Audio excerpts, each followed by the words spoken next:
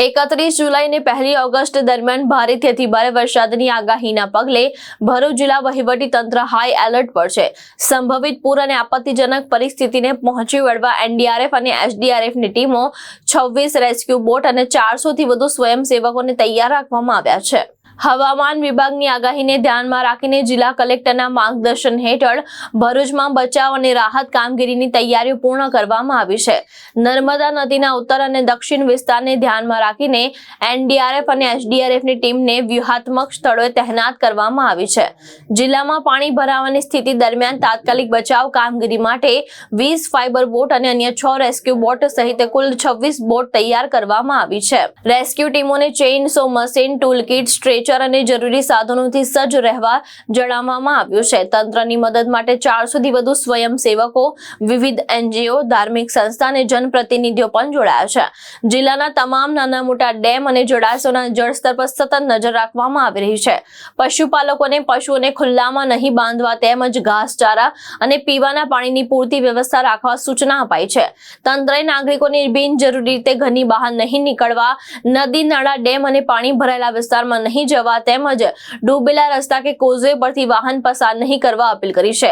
લોકોને અફવાથી દૂર રહી માત્ર સત્તાવાર સૂચનાનું પાલન કરવા જણાવવામાં આવ્યું છે।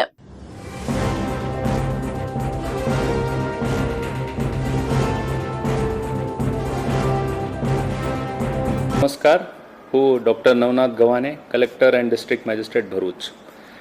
આજે મોન્સૂન 2026 છે, એટલે આજ તારીખ 30 અને કાલે 31 છે। 31 તારીખે ભરૂચ જિલ્લામાં રેડ એલર્ટ ઘોષિત કરવામાં આવેલ છે। આ રેડ એલર્ટનો મતલબ એ છે કે જિલ્લામાં વધારે વરસાદ થવાની શક્યતાઓ છે। આ વધારે વરસાદ થવાની શક્યતાઓના ભાગરૂપે જિલ્લામાં કંઈક જે વ્યવસ્થાઓ ઊભી કરવામાં આવેલ છે એ હું આપણા જણાવવા માગું છું।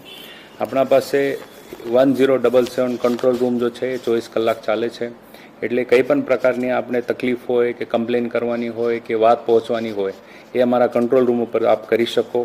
એના સાથે જિલ્લાના સમગ્ર તંત્ર, police, panchayat, RNB, electricity, fisheries, GIDC, આ બધાની તૈયારીઓ જે સતત ચાલતી હોઈએ છે અને એ તૈયારીના ભાગરૂપે આપણે બધા તાલુકાઓમાં અલગ અલગ ટીમોની રચના કરવામાં આવેલ છે। આ ટીમો સતત જો છે પરિસ્થિતિના ધ્યાને રાખીને હાલ જે છે ફિલ્ડ ઉપર ઊભી છે। આપણા પાસે 20 બોટ ફાઇબરની છે, 6 બીજી બોટો છે, એટલે એ બોટોનું પણ આયોજન કરવામાં આવેલ છે। એનડીઆરએફની ટીમ આપણા અહીંયા ડેપ્યુટ કરવામાં આવેલ છે। એના સાથે એસડીઆરએફની ટીમ પણ આપણા પાસે ઉપલબ્ધ છે। એની જે વહેંચણી છે ડિસેન્ટ્રલાઇઝ એ પણ આપણે નર્મદાની ઉત્તર દિશાના અને નર્મદાની દક્ષિણ દિશામાં આપણે કરવામાં આવેલ છે। જ્યારે 2023માં ભરૂચમાં જે વધારે પૂરની પરિસ્થિતિ નિર્માણ થઈ હતી એનો અમે સમગ્ર અભ્યાસ કરીને 81 જેવા ગામો અમે મેપ કર્યા છે।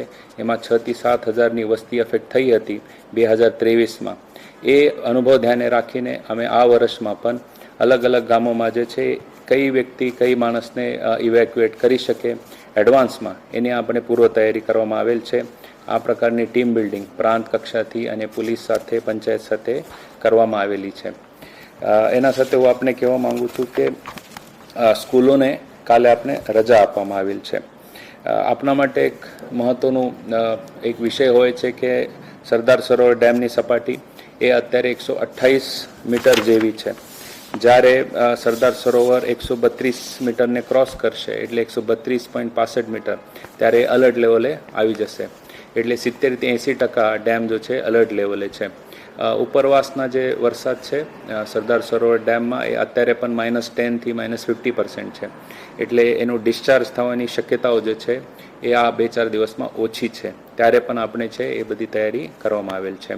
ગોલ્ડન બ્રિજની હાલની સપાટી 1.9 મીટર છે અને જ્યારે એ 7 મીટરમાં આવી જશે એટલે 7 મીટર પછી બાજુની વિસ્તારમાં પાણી ફરવાની શક્યતા ઊભી થાય છે, એટલે આપણા પાસે એક સફિશિયન્ટ સ્પેસ અત્યારે પણ છે, પરંતુ તાકીદારી બધાએ રાખવું જોઈએ। આપણે થકી હું કંઈક એક સૂચનાઓ આપવા માંગુ છું। ખાસ કરીને દરિયામાં ખેડતા માછીમારી કરવા માછીમારો બંધુ ભગીનીને મારી વિનંતી છે કે આગળના 2-3 દિવસમાં કોઈ દરિયો ખેડતા નથી, આપણે તાકેદારી રાખીને પોતાને સુરક્ષિત રાખવાની જરૂરિયાત છે। બિનજરૂરિયા ઘરની બહાર જવાનું નહીં. નદી પાસ હોય કે ખાડીનો નજીકનો એરિયા હોય કે કોઈ પાણીની જગ્યા હોય ત્યાં ખાસ કરીને નાના બાળકો હોય એને ધ્યાન રાખવું જરૂરી છે. લાઉડસ્પીકરથી અત્યારે અમે ભરૂચ અને અંકલેશ્વર વિસ્તારોમાં બધાને જાગૃત કરવાનો અત્યારે પ્રયત્ન કરી રહ્યા છે. જેટલા પણ પ્રાઇવેટ અસેટ્સ છે કે જેમાં આપણે ફ્લડમાં ઉપયોગી કરતા હોઈ શકે એ બધાનું મેપિંગ પણ અમને કરી દીધો છે. આ જે તૈયારીઓ છે એ સતત ચાલતી હોઈએ છે, પરંતુ તંત્રને આપણે બધાની સહકાર્યની જરૂરિયાત છે. આપણે બધાને એ કહેવા ઉપર બહુ આનંદ થાય છે કે 400થી વધારે વોલેન્ટિયર્સ પોતે સામે આવીને તંત્ર સાથે કામ કરવાની ઈચ્છા દર્શાવી છે. ઘણા બધા NGO સામે આવ્યા છે, ધાર્મિક સંસ્થાઓ સામે આવ્યા છે, જનપ્રતિનિધિઓ તો અમારા સાથે સતત હોય જ છે. એટલે આગામી 3 દિવસ માટે હું આપને નમ્ર અરજી કરવા માંગુ છું કે કોઈ પણ પ્રકારની રિસ્ક તમે લેતા નથી. કંઈ જરૂરિયાત હશે અમારે કંટ્રોલ રૂમને તમે ફોન કરી શકો. મારા બધા ઓફિસર્સનો નંબર પણ પબ્લિકલી જાહેર છે. આપને કંઈ પણ જરૂરિયાત પડે આપ કૃપા કરીને એમને સંપર્ક કરશો.